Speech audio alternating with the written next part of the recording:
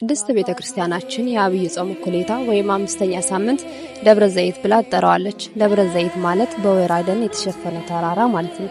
ደብር ማለት ተራራ ማለት ሲሆን ዘይት ማለት ደግሞ ወይራ ማለት ነው። በዚህም ደብረ ዘይት ተብሎ ተሰይሟል።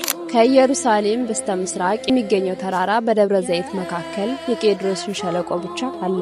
ከግርጌውም ጌተሰማኒ የተባለ የአትክልት ስፍራ አለ። ይህም ቦታ ጌታችን መድኃኒታችን ኢየሱስ ክርስቶስ በዕለተ ሐሙስ የተያዘበት ስፍራ ነው። በኋላም የእመቤታችን የቅድስት ድንግል ማርያም መካነ መቃብር ሆኖ የተቀበረችበት ቦታ ነው።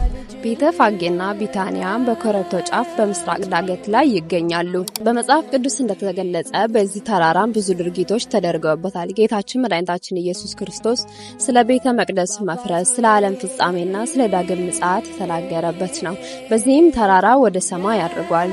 ማቴዎስ ወንጌል ምዕራፍ 24 ከቁጥር 3። ጌታችን መድኃኒታችን ኢየሱስ ክርስቶስም ስለ ቤተ መቅደስ መፍረስ፣ ስለ ዓለም ፍጻሜ፣ ስለ ዳግም ምጽአቱም ማቴዎስ ወንጌል ምዕራፍ 24 ከቁጥር 3 በዚሁ ተራራ ላይ ተናግሯል። ይህም የአብይ ጾም እኩሌታ ሰንበት በዚህ ተራራ ተጠርቷል። የቤተ ክርስቲያናችን ሊቅ ቅዱስ ያሬድም የዳግም ምጽአቱን መዝሙር በዚሁ ጽፎታል። በዚህ ተራራ ላይም እርሱ ብቻውን ተቀምጦ ሳለ ደቀ መዛሙርቱም ወደሱ ቀርበው ንገረን፣ ይህ መቼ ይሆናል? የመምጣትና የዓለም ፍጻሜ ውስጥ ምልክቱ ምንድነው? አሉ ተብሎ እንደተጻፈውም ጌታችን መድኃኒታችን ኢየሱስ ክርስቶስ ስለ ዳግም ምጽአቱ፣ ስለ ዓለም ፍጻሜ፣ ስለ ትንሣኤው በሰፊው ስላስተማራቸው በዓሉም በተራራው ስም ደብረ ዘይት ተብሎ ተጠርቷል።